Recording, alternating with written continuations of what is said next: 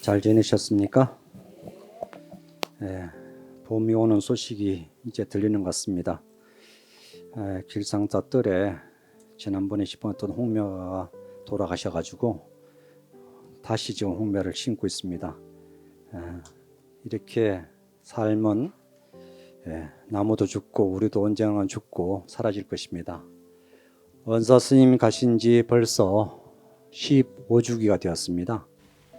세월이 참으로 빠릅니다. 지난주에 송강사 내려가서 원사 스님의 15주기 추모제와 부도 제마식을 하고 왔습니다. 우리 길상사 불제님 다 모시고 가야 되는데 다 모시고 못 갔습니다. 그런 부분에서 양해를 부탁드립니다.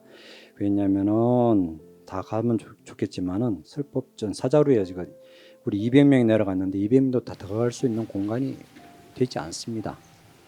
그래서 진행단체 봉사하신 분들만 모시고 내려갔어요. 여러분이 앞으로 가시려면 봉사활동하십시오. 그럼 모시고 가겠습니다. 우리는 이렇게 왔다가 이렇게 갈 것입니다. 어떻게 살다가 어떻게 갈 것인가, 그리고 우리가 가고 난다면은 나의 흔적은 어떻게 남을 것인가, 이렇게 한번 생각해 보시기 바랍니다. 제가 요번에 원사스님 15주기를 맞이해서 원사스님 부도를 만들어서 제막을 했습니다. 근데 원사스님 말씀에 제가 유언에 거역을 했습니다. 이 자리 빌어서 원사스님에 참여하고 용서를 구합니다. 왜냐하면 원사스님께서 하시는 말씀이 이런 얘기 하셨습니다. 내 이름으로 번거롭고 부질없는 의식을 행하지 말라. 사례를 찾지 말라. 관과 수의를 말하지 말라. 이렇게 유언하셨어요. 그런데 제가 처음으로 원사스 뜻에 유언에 지금 거역을 했습니다. 왜 거역을 했냐, 이 자리 빌어서 제가 말씀드리고자 합니다. 지금 우리 법당에서 예배를 하고 하시는데 여러분께서는 누구를 향해서 절을 하십니까? 법당에서 불상이 없다면은 여러분은 어디를 향해서 절을 하시겠습니까? 허공에 대해서 절을 할 수 있겠습니까? 부처님 당시도 그랬습니다. 부처님 당시에 보면은 부처님의 그 열반하신 이후에 불상이 없었습니다. 그리고 불탑도 없었습니다. 부처님은 열반하신 이후에 언제 만들어졌냐? 부처님이 열반하신 이후에 500년 후에 만들어졌어요. 처음에는 어떻게 만들어졌냐면 맨 처음에는 부처님의 연꽃을 향해서 절했습니다. 거기서 부처님의 탄생을 의미하는 곳이기 때문에 연꽃을 향해 절을 했고 참배를 했습니다. 그 다음에 보리수를 향해서 참배를 했었고, 그 다음에는 법륜을 향해서 절을 했었고, 그 다음에는 부처님 발족에 참배를 했습니다. 그 다음에는 불탑이 만들어졌고, 그 다음이 불상이 만들어졌습니다. 돌아가시고 일반 이후에 하루아침에 불상이 만들어진 거 아닙니다. 오늘 49제 지내시는 분도 마찬가지입니다. 만약에 후대에 정손자가 우리 할아버지 어떤 분이시냐고 묻는다면은 어떻게 대답하시겠습니까? 흔적이 없다면은 말할 수 없습니다. 우리가 부처님의 인도 성지를 순례를 가게 되는데 왜 그곳을 우리가 갑니까? 거기는 부처님의 흔적을 찾아서 우리 갑니다. 흔적이라는 것은 부처님의 향기, 그것을 향해서 우리가 부처님 말씀이 어떻다는 것을 기억하고 추억하면서 우리가 공부를 하게 되어 있습니다. 오늘 이렇게 법당에서 법문을 하고 하는 것도 그 부처님 말씀이 어떤 말씀인가 되새기면서 우리가 어리석음을 지혜로움을 바꾸는 여정입니다. 제가 부리람에 살고 있으면서 많은 분들이 부리람에 원사 스님을 추억하면서 그리워하면서 많이들 참배하러 오십니다. 그리고 부처님이 원사 스님 어디 계시냐고, 어디 모셨냐고 많이들 물어보셔요. 그러면은 제가 나무 밑에, 호박나무 밑에 모셔졌다 이렇게 얘기하고 그 참배를 했었습니다. 근데 일반 부자님들은 그러고 나서 못 찾으면은 자꾸 이제 안방으로 들어오려고 그래요. 근데 이제 불이라면 법당이 없습니다. 안방입니다. 그러다 보니까 참배할 곳을 우리는 계속 찾고 있는 것입니다. 그리고 그런 우리들이 위인이나 큰 어른이나 이런 분이 계시면은 그곳을 찾아가서 참배하고 그분을 추억하면서 그분의 가르침을 우리가 되새기면서 배우려고 노력하는 것입니다. 그리고 불이라며 살다 보니까 가끔 어른 스님들, 종단의 어른 스님이나 송광사 어른 스님 모셔가지고 저를 얘기합니다. 너 언제까지 이렇게 모실 거냐? 언제까지 이렇게 모실래? 저를 항상 야단을 많이 받았어요. 너 스님이 이렇게 모실 거냐? 너 스님은 너 스님이 아니다. 우리 대한불교의 큰 어른이시고 한국 불교의 우리 대한민국의 큰 선지식인데 너 개인의 스승이 아니다. 그럼 이렇게 모시면 안 된다. 그런 얘기를 저한테 참으로 많이 충고하시고 이렇게 오래 두면 안 된다. 이런 얘기를 한두 번 들은 얘기 아닙니다. 그래서 송광사의 어른 스님께서도 저보고 빨리 만들어라 이런 얘기 했는데 저는 은사 스님의 제자로서 유언을 알기 때문에 함부로 마음을 내지 못했습니다. 근데 시간이 흘렀는데 올해 15주년이 됐습니다. 15주년이 되었는데 나이 30세 이하는 은사 스님을 모릅니다. 15살짜리가 스님이 돌아가신 지 15년 되면은 걔들이 30살 됐거든요. 30세 된 아이들은, 죄송합니다. 30세 된 젊은 친구들은 법정 스님이 누군지 몰라요. 왜? 그분들은 만나본 적도 없고 스님 책을 읽어본 적이 없기 때문에.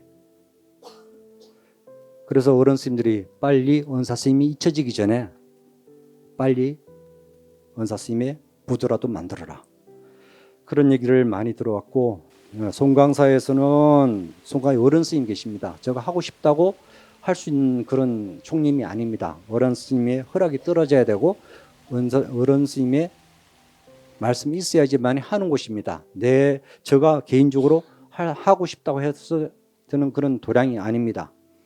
그래서 요번에 부도 제막을 말씀드렸지만은 돌아가신 보성 방장스님도 저를 불러서 10년은 넘기지 말라고 하셨고 그리고 그 다음에 방장스님도 현봉스님도 또 말씀하셨고 두 분이 다 돌아가셨어요. 근데 그리고 요번에 다시 새로 부임하신 송광사 주지이신 무자스님께서 그 과정을 전부 다 들고 알고 계셔서 저를 한번 만나자고 해서 차를 마시러 갔더니 15주기를 넘기지 마라.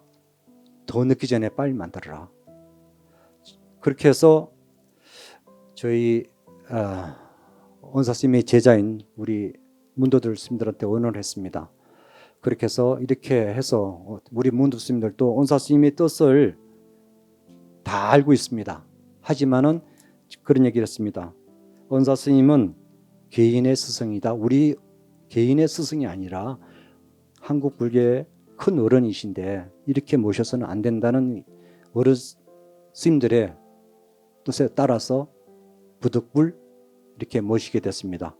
이것은 어떤 분은 원사 스님의 뜻을 그르쳤다고 하시지만 물론 원사 스님의 깊은 뜻 그것은 우리가 충분히 헤아려야 됩니다. 부처님이나 선지식은 한결같이 자기 흔적을 남기라고 한 분은 한 분도 안 계십니다. 부처님도 그러셨고 어떤 선지식이 내 뒤에 내 흉상을 만들고 내 기념물을 만들으라고 하신 분은 한 분도 안 계세요. 그런 분이 계시다면 그분은 선지식이 아니십니다. 오히려 훌륭한 스승들은 오히려 흔적을 남기지 않으려고 하셨습니다. 물론 저희 은사 스님도 그렇게 하셨습니다. 근데 그 뜻을 온전히 저들이 받아들이기는 너무 큰 숙제였습니다.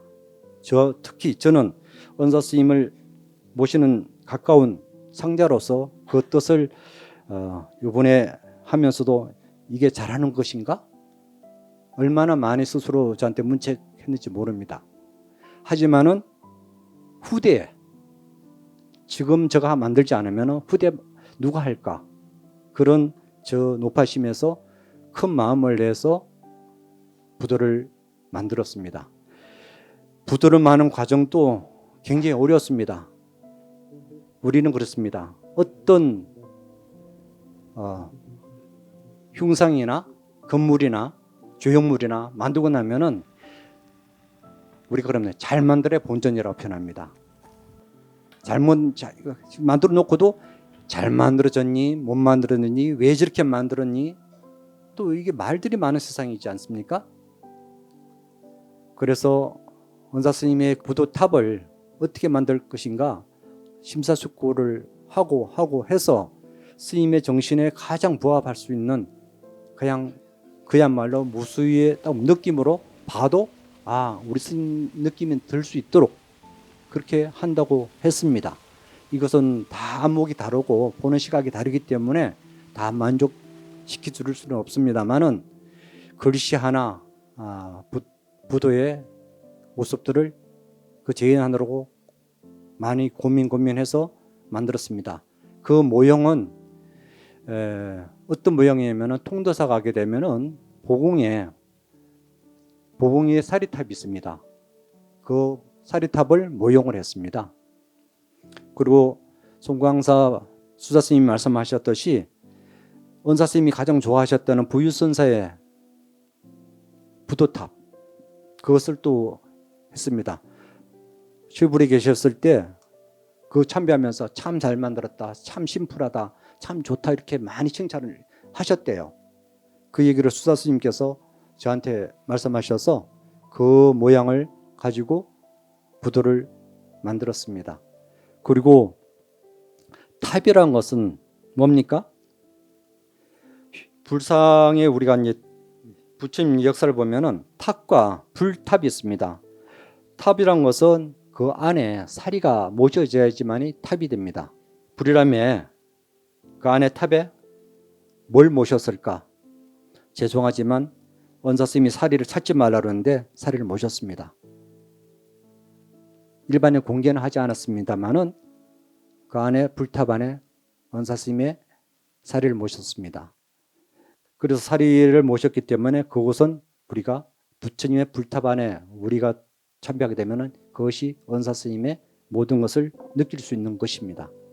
마치 앞에 부처님이 계시면은 부처님의 모양에 따라서 우리 절하듯이 불탑에는 원사 스님의 그냥 단순한 탑이 아니라 사리를 모셨기 때문에 사리탑입니다.